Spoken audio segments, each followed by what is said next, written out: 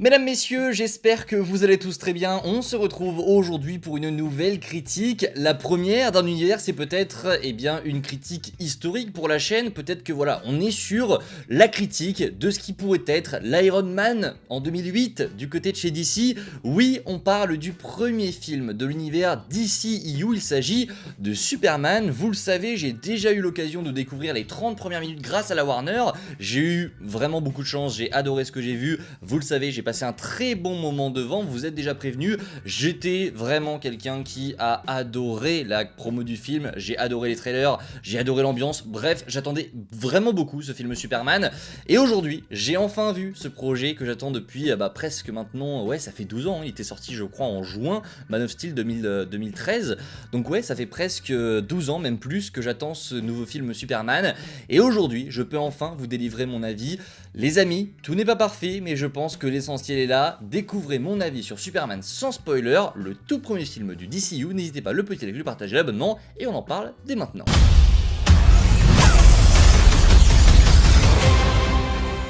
Alors, j'ai beaucoup de choses à vous dire. Alors déjà, nouveau format un petit peu pour les critiques, je vais tester ça. Il n'y aura pas forcément beaucoup de montage parce que je pense que le montage est un petit peu inutile sur ce genre de vidéo. Vous êtes surtout là pour entendre mon avis, donc je vais essayer de tourner un petit peu ça en mode podcast. Je vais pas parler comme en vidéo d'habitude, je vais vraiment prendre mon temps, m'expliquer avec vous, histoire de voilà, vous raconter ce que j'ai vraiment vécu et ce que j'ai ressenti devant ce film Superman. Alors, vous le savez, j'ai été extrêmement hypé par ce projet, la casquette en témoigne, le poster derrière moi en témoigne. Bref, j'attendais vraiment beaucoup ce nouveau projet, ce premier j'ai envie de dire, mais c'est un petit peu la renaissance de DC, hein. J'avais vraiment beaucoup d'attentes parce que DC, dans les comics, c'est un univers que j'adore, je sais qu'il y a énormément de potentiel et j'ai envie que le DCU du coup maintenant se porte aux côtés de Marvel Studios, qui est une concurrence, parce qu'il n'y a rien de mieux que la concurrence pour que nos deux studios préférés se portent à merveille. Donc ouais, j'avais vraiment beaucoup d'attentes en ce Superman, et pour vous donner un premier avis, oui, c'est un bon film. Oui, j'ai passé un bon moment devant Superman. Il y en a peut-être qui vont aller un petit peu loin. Je pense oui que le film va diviser parce qu'il y a des points qui pour moi ne vont pas. Mais dans la globalité, vous passerez je pense un très bon moment devant Superman si vous n'êtes pas un fou de chez Snyder, voilà, qui est très extrême et qui à chaque scène va être de mauvaise foi. Non, si vous attendez simplement un pur divertissement qui vous montrera un Superman avec beaucoup de cœur, je pense que vous allez adorer ce nouveau film. Et j'ai vraiment passé un bon moment. Je pense que c'est l'essentiel et c'est un très bon lancement d'univers pour moi. C'est très différent d'un lancement d'univers qu'on aurait pu avoir du côté du MCU, parce que je trouve que le MCU s'est beaucoup construit sur les personnages qu'on nous a présentés film par film. On était vraiment là en train de découvrir l'univers, et plus on avançait dans les films, plus on découvrait le MCU. Là pour le DCEU, c'est très différent, et je vous en avais un petit peu parlé dans la dernière vidéo autour de Superman. J'ai l'impression que James Gunn veut faire les choses différemment parce qu'on est vraiment sur un film qui te montre qu'il y a un univers énorme. On te montre plein de choses sans forcément les développer, en te disant « Ah, tu vois, il y a plein de choses qui arrivent, reste là pour la suite parce qu'on va vraiment explorer tout ce coffre-fort », parce que c'est comme ça que je pourrais le définir, hein. C'est un coffre rempli de jouets, on est comme des petits enfants, et James Gunn nous montre vraiment un aperçu comme ça, comme si on était des enfants avec les yeux juste devant le coffre. On te dit regarde, tu vois tout ça, on va te le montrer dans les années qui arrivent. On n'est vraiment pas sur un film qui se contente vraiment de te montrer Superman, Lois, Lex Luthor, le Metropolis. Non, on te montre beaucoup de personnages, on te montre beaucoup de choses. Le film est bourré d'easter eggs. Je pense que je vais y aller avec un petit calepin pour faire des notes, et je vais vous faire une vidéo détails cachés de malade. Il y en a tellement, ça va être très galère, mais j'ai vu des détails cachés de partout. Il y a des références évidemment qui font plaisir. Il y a des surprises également dans ce film qui teaseront l'avenir. Oui, il y a des petits caméos bien sympas, donc je ne dirai rien, mais n'hésitez pas à aller le voir, rien que pour ça, ça en vaut la peine. Mais ouais, Superman, c'est un film qui a beaucoup de cœur, bien plus de cœur que le Man of Steel de Zack Snyder. Alors, il y en a qui vont me dire, tu n'as pas aimé, etc. Si, j'avais adoré Man of Steel, mais en fait, j'ai très longtemps considéré que Man of Steel était un film qui se contentait de juste suivre l'adaptation d'un réalisateur qui avait une vision différente, une vision bien plus réaliste du personnage. Là, James Gunn a une vision très proche du comics, et je vais être honnête avec vous, ça me plaît énormément de voir un univers fantastique comme ça. Je pense qu'il y en a beaucoup qui vont trouver ça un petit peu bizarre, mais on est vraiment sur un film de science-fiction fantastique au possible, avec beaucoup de trucs qui sortent de l'imaginaire, c'est une folie. Je pense, alors c'est pas un spoiler, il y en a dans la bande-annonce, à l'univers de poche qu'on peut retrouver. Il y a des prise de risque visuellement là-dedans, c'est un truc de malade. Donc ouais, j'ai vraiment adoré cet univers, cette ambiance visuelle que j'ai trouvé juste folle, et j'ai hâte de voir. Alors pour moi, il faut pas que ce soit comme ça dans tous les films, parce que il faut aussi que ce DCU se différencie. DC se prononce bien plus, et bien plus marqué par les villes dans cet univers, et j'aimerais vraiment qu'on ait comme des espèces de biomes un peu partout dans cet univers. On a Metropolis qui est très fantastique, qui a son ADN à elle, vu que c'est une ville. J'ai vraiment apprécié l'ADN de Metropolis, et tu sens vraiment l'aura de cette ville, ce qu'elle dégage, ce qu'elle représente pour le monde aussi. Et j'ai envie qu'on ait des ambiances très différentes sur chaque ville qu'on va découvrir. Parce que vous le savez, hein, il y a vraiment beaucoup de villes dans l'univers d'ici. Et par exemple, j'ai envie de voir un Gotham très noir. Un Gotham qui vraiment est limite à l'opposé de l'univers de James Gunn qu'on a vu dans ce Metropolis. Ouais, je suis content et j'ai hâte d'en découvrir plus, je pense que vous l'avez compris. Mais sinon, pour rentrer un petit peu plus dans les détails de ce que j'ai vu, oui, je pense aussi que David Corenswet est un très bon Superman. Je pense que c'est le point le plus important du film, et c'est le point que j'ai préféré. J'avais déjà eu mes réponses, hein, sur ces 30 premières minutes, mais les 1h30 restantes, 1h40, ont confirmé vraiment ce que je pensais. C'est un Superman qui se différencie énormément de celui d'Henry Cavill. Henry Cavill, c'est un bon Superman, on va pas se mentir, mais il est très peu expressif. Il est vraiment très peu expressif. Ça pouvait jouer, hein, en la faveur du film, parce que voilà, ça cache beaucoup de blessures, beaucoup de choses qu'il a renfermées en lui durant son enfance. Mais là, ce Superman, c'est un Superman qui n'hésite pas à exprimer les choses par la voix, par son visage aussi, par les expressions faciales de David Corenswet. C'est un Superman bien plus expressif, et du coup, tu sens vraiment le cœur de ce personnage. Tu sens qu'il est vraiment bon, qu'il veut justement aider cette humanité, qu'il a été envoyé par ses parents pour justement servir l'humanité et faire en sorte que le monde soit meilleur. Et tu le sens vraiment, et j'ai vraiment apprécié ça dans le jeu de David Corenswet. Tu sens que le mec est bon, et tu le sens, mais bien plus qu'avec Man of Steel. Alors je le redis, hein, j'utilise Man of Steel comme outil de comparaison, ça ne veut pas dire que Man of Steel est un mauvais film, je préfère le préciser, c'est juste que c'est le seul outil de comparaison que j'ai pour parler de Superman sur ces 10 dernières années, et c'est évidemment l'outil de comparaison qu'on va utiliser. Forcément, vu que Superman, enfin ce David Corenswet est comparé beaucoup à Henry Cavill, c'est inévitable, hein, de toute façon c'est quelque chose qui devait arriver, hein, c'est comme ça un petit peu pour tout, on vous compare tout le temps dans la vie, donc ouais, pour le comparer à Henry Cavill, je dirais pas forcément qu'il est meilleur, je dirais qu'il est différent. Il est très différent, et j'ai vraiment aimé l'interprétation de David Corenswet. Et si on doit me demander lequel je préfère, pour l'instant je préfère le Superman de David Corenswet. Alors pour l'instant, ça peut pas vraiment changer, sauf si vraiment ses prochains films sont une catastrophe. Mais ouais, il y a autre chose que j'ai beaucoup aimé, je vous le dis, en fait ce film est vraiment concentré sur les personnages. Il y a beaucoup de scènes où il n'y a pas forcément beaucoup d'action, et je trouve que c'est une bonne chose, parce que justement James Gunn a vraiment réussi à donner énormément d'importance aux personnages qui se trouvent dans son film, et chaque scène de dialogue alors surtout entre Superman et Lois, sont très intéressantes. Il y a vraiment beaucoup de scènes où on les voit évoluer ensemble, où on découvre leur point de vue sur certaines choses, où on découvre vraiment les caractères de chaque personnage, où on les voit évoluer. Je trouve que voilà, on évolue vraiment avec ces personnages qui parlent, qui prennent des décisions en parlant, et je trouve que justement les scènes de dialogue sont limite mieux que les scènes d'action, parce que il y a beaucoup de cœur, c'est très intéressant. À chaque fois, les scènes racontent quelque chose, et j'ai trouvé ça vraiment génial pour le coup. Vous l'avez compris, j'ai vraiment passé un très bon moment devant Superman, mais il y a un petit mais. Il y a un petit mais, au-delà du fait que ce film soit très bon, les scènes d'action, je vais continuer un petit peu sur le positif, il y a vraiment des scènes qui sont très cool. Il y a, au niveau des effets spéciaux, je trouve que j'avais un petit peu peur, je vais pas vous le cacher, il y avait des scènes qui m'inquiétaient un petit peu. Au final, pas du tout, ça passe très bien, les effets spéciaux sont pour le coup très bien réussis. Alors, je sais pas trop comment amorcer ça, il y a des choses qui m'ont un petit peu déplu dans ce film, c'est pas forcément grave, hein, je vous le dis, j'ai passé un très bon moment, il y a vraiment beaucoup plus de positifs que de négatifs, mais je vais pas non plus vous dire que c'est parfait alors que ça ne l'est pas. Il y en a beaucoup qui parlaient d'un film révolutionnaire, et en soi, c'est pas forcément le cas, c'est pas forcément le cas, hein. C'est un nouveau film de super-héros qui raconte son histoire, qui te fait passer quelques messages, qui te montre un être infiniment bon, et qui est vraiment très sympa à regarder, qui te divertit, mais enfin c'est très divertissant, hein. Je pense que les familles qui iront, les enfants qui iront, il y avait des enfants dans la salle, j'étais très content limite de voir des enfants, parce que tu te dis, j'ai grandi avec plusieurs Superman, avec Spider-Man, avec Batman, et là c'est limite autour de ces enfants de s'asseoir dans cette salle de cinéma et de découvrir un personnage qui va sûrement les suivre toute leur vie. J'ai vraiment adoré ça pour ça, parce que c'est un film, alors il y en a qui diront enfantin, Non, hein, c'est un film qui est fait pour tout le monde, c'est un film qui raconte beaucoup de choses, qui te transmet beaucoup de messages, que ce soit pour les plus petits ou pour les plus grands, mais il y en a beaucoup qui ne comprenaient pas pourquoi on avait de la couleur. Alors déjà parce que, oui, c'est comme ça dans les comics, hein, c'est une adaptation de comics, donc tous ceux qui pensent que Snyder avait fait la chose parfaite, non, Snyder n'a pas fait la chose parfaite, il a fait la chose qu'il aimait, il a juste montré sa vision de Superman, mais ça n'est absolument pas la version qui était sur le papier d'origine. La version papier d'origine, on s'en rapproche bien plus avec James Gunn, mais au-delà de tout ça, merde, Superman, c'est pas qu'un personnage pour les adultes. Arrêtez de tout le temps nous dire, oui, pourquoi il y a des couleurs, pourquoi ça fait enfantin.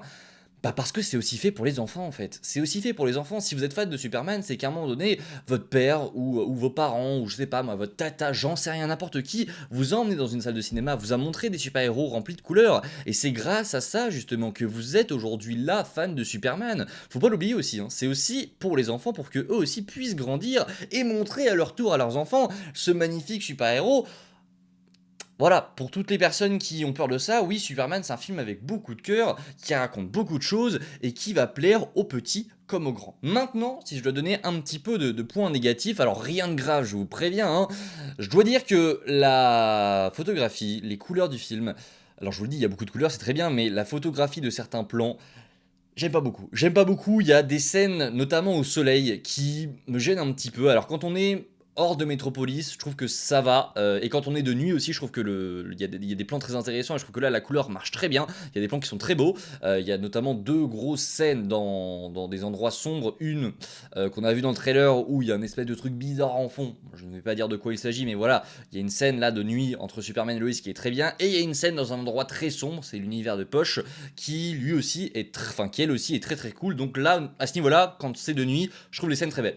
Maintenant, quand on est dans Metropolis en plein jour, il y a un truc qui va pas avec l'éclairage. Je sais pas d'où ça vient, mais ça rend le film un petit peu fade au niveau de la couleur, alors qu'on a plein de couleurs, justement, Superman est très vif, hein, le rouge, le bleu, le jaune, tout ça, ça ressort extrêmement bien, mais justement, la lumière du soleil est très fade, le jaune est il est un petit peu palo, et du coup, t'as l'impression que bah, l'univers autour, enfin, les couleurs de l'univers, justement, ne sont pas forcément mises en avant. Ce qui est dommage, parce que, je vous le dis, de nuit, tu vois bien plus les couleurs, tu vois bien plus les tonalités de couleurs du film, et ouais, ça me dérange un petit peu, même si encore une fois, c'est un détail très mineur qui n'impactera pas du tout votre visionnage du film. C'est pas moche, je vous l'ai dit, je le rappelle, hein, les effets spéciaux sont très bien au niveau du film.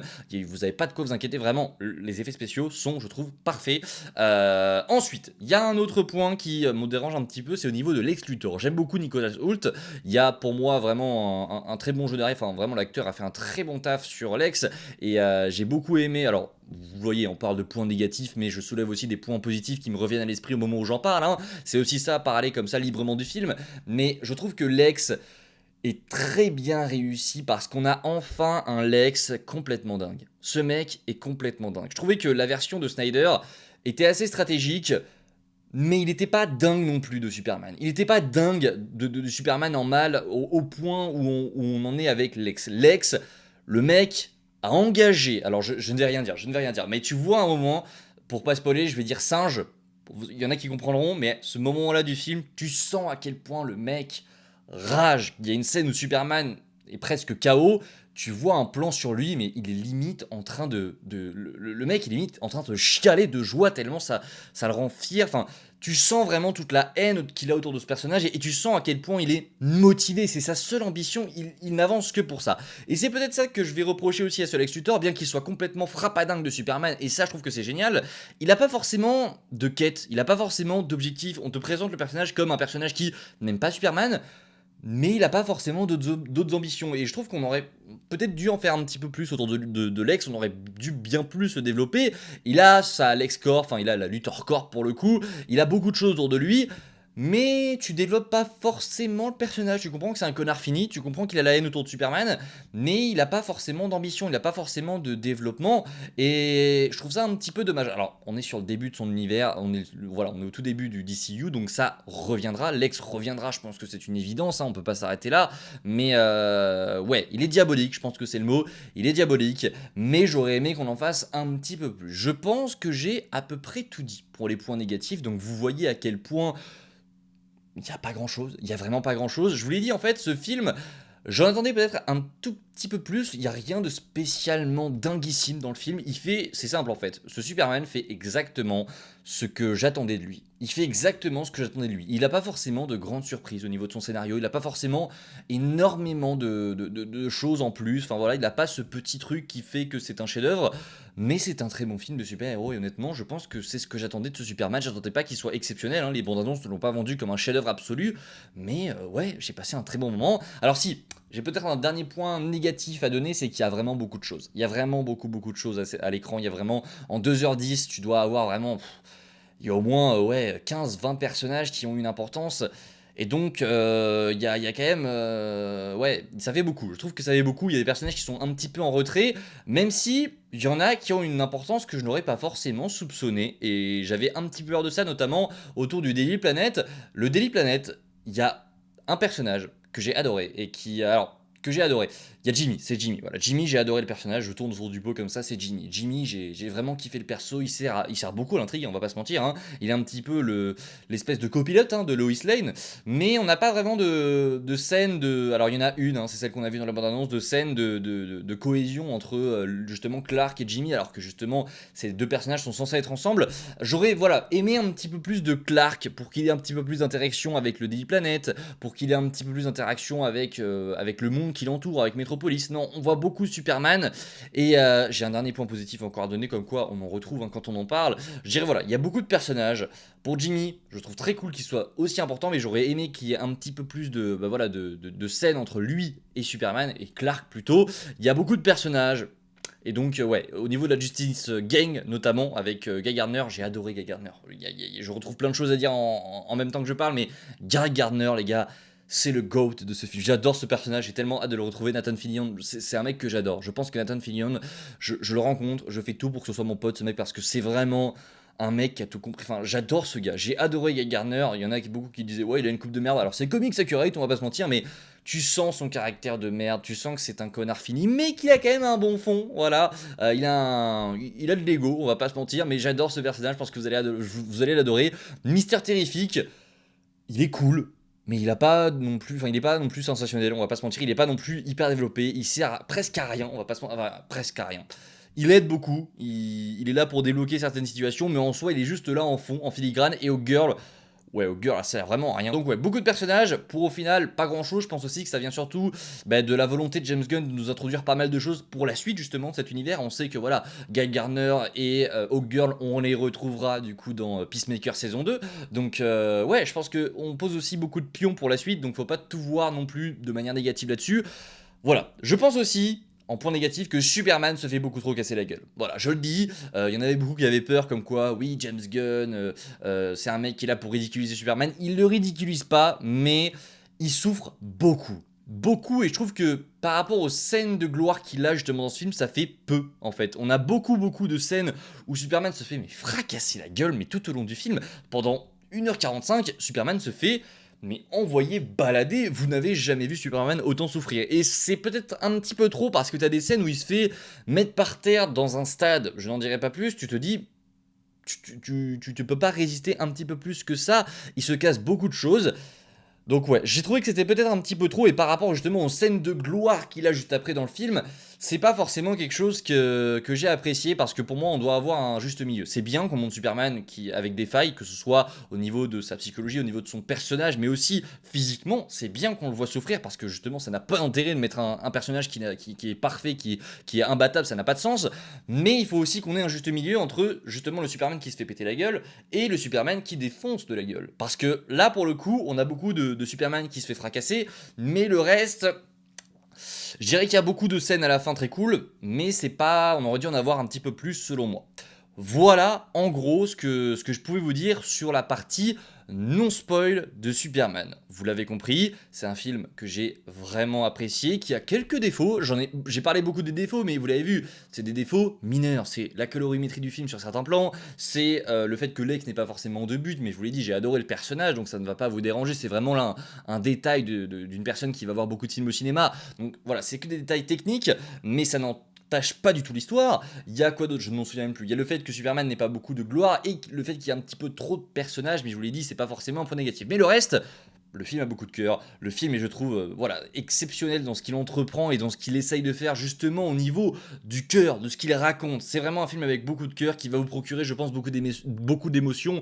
Il a un message très fort à faire passer sur justement qu'est-ce que Superman va faire quand l'humanité ne va plus forcément croire en lui. Et c'est aussi beaucoup, enfin le film a principalement deux messages. Le premier que je vous ai cité juste avant et aussi la quête d'identité. La quête d'identité sur qui est Superman. Superman va douter de qui il est, de pourquoi est-ce qu'il a été envoyé sur Terre. Et ça, j'ai trouvé ça exceptionnel. J'ai vraiment apprécié ce moment-là du film. Enfin, cette quête globale du film, ce message qu'il veut vous faire passer. Et je trouve que c'est un super bon message pour commencer cet univers. Le fait qu'on te dise, en fait, c'est à toi et toi-même de décider de qui tu vas être. Ce sont tes choix. C'est dit par Paken, justement, dans la bande-annonce. Ce sont tes choix, tes décisions, ce que tu fais, ton cœur, ton caractère qui définissent qui tu es. Et j'ai adoré ça. Je pense que ce Superman a beaucoup de cœur pour ça, pour David Corenswet et pour ce que James Gunn a voulu faire, les amis. Foncez voir Superman parce que je pense que ça en vaut la peine et on passe en partie spoiler. Alors, Superman en partie spoiler. Alors, est-ce qu'on va vraiment revenir sur l'intrigue globale du film?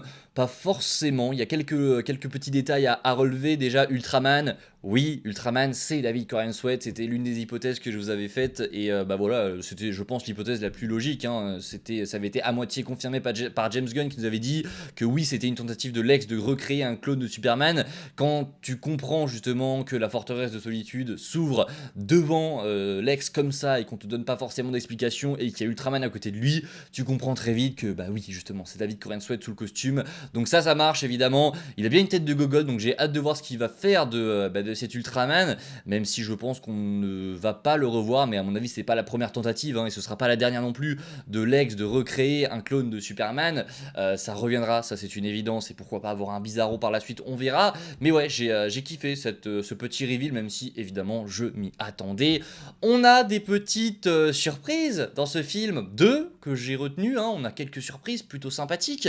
Alors vous allez m'aider pour ceux qui ont vu le film en commentaire. Alors quoique, je sais pas, je vais peut-être pas autoriser le spoil en commentaire. Non, ne spoilez pas en commentaire pour ceux qui ont vu le film, ça se fait pas pour les autres évidemment. Mais j'ai noté quelques détails intéressants, notamment au moment où il y a un immeuble, enfin je suis pas sûr. C'est peut-être pas au moment où l'immeuble tombe, mais bref, au moment où justement l'univers de Poche s'étend et que ça arrive sur la ville de Metropolis, on voit des personnes partir et on a des panneaux. On a des panneaux avec des easter eggs très intéressants, notamment la ville de Gotham City. Pas de précision sur le Batman de cet univers, un peu déçu, même si voilà, c'est vraiment un petit détail, hein. C'est un petit détail que j'attendais, mais ça n'y était pas, ça n'entache pas du tout mon appréciation du film, hein. Faut pas qu'on ait des attentes énormes en mode « Est-ce qu'il y aura Batman ?» Non, n'attendez pas ce genre de choses, évidemment, vous allez vous conditionner enfin vous allez générer vos attentes sur ça et c'est vraiment pas une bonne chose. Non, il n'y a pas Batman.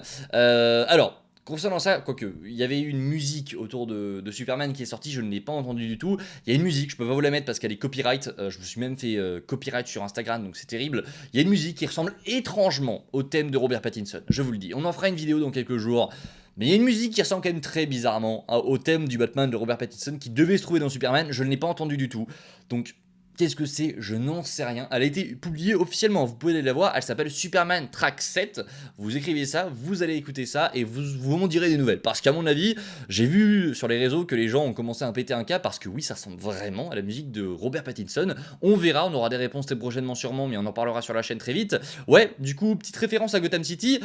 J'ai pas forcément vu les autres villes qui avaient écrit, il y avait peut-être justement des références à d'autres villes, à d'autres villes du côté de l'univers d'ici, mais j'ai pas eu le temps de regarder parce qu'en fait le plan va très vite et justement le plan fait en sorte que tu vois qu'il y a écrit Gotham City, donc j'ai pas eu le temps forcément de lire tout ça. En fait la caméra arrive sur un espèce en fait elle arrive sur une rue, hein, où il y a écrit justement un panneau qui mène à Gotham City et la caméra remonte très vite, donc tu vois plus les panneaux après et tu vois juste le nom Gotham. Donc j'ai pas eu le temps de lire les autres panneaux, mais ne vous inquiétez pas, je vais très vite retourner voir ce film avec un calepin et là vous saurez ce qu'il y aura écrit dessus.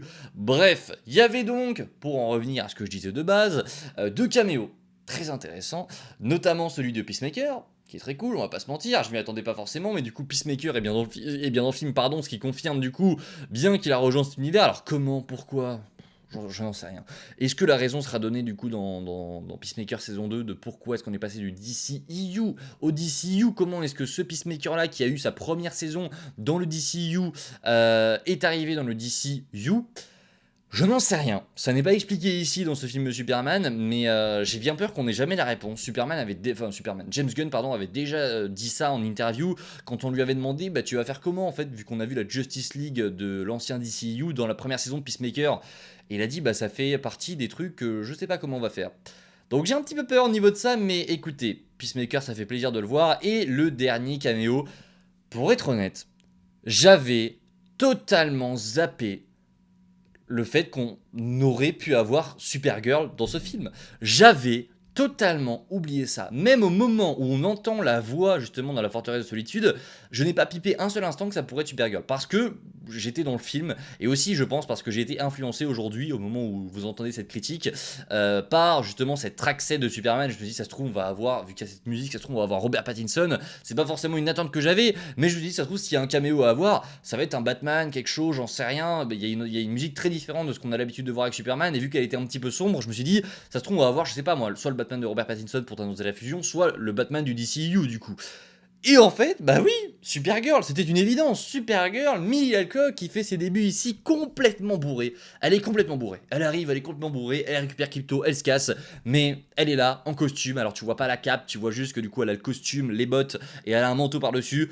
Mais ouais, Supergirl, c'était trop cool de la voir, et ça m'a fait d'autant plus plaisir que j'avais complètement oublié qu'on aurait pu avoir Supergirl dans le film, que c'était une évidence qu'on allait la voir, parce que justement, on avait eu des leaks des deux scènes post-crédit qui ne racontent rien du tout, et donc on s'était dit, s'il y a un moyen de le teaser, il le fera justement dans le film. Et ben justement, on a un premier aperçu de Supergirl qui arrive dans la forteresse de solitude avec Superman. Ça renforce encore, je vous le dis, cette idée de l'univers est déjà construit. L'univers est déjà construit, on a déjà la Luthor Corp, on a déjà Gotham, on a déjà du coup très sûrement un Batman, on a déjà Superman. Superman est déjà en bon terme entre guillemets avec Supergirl.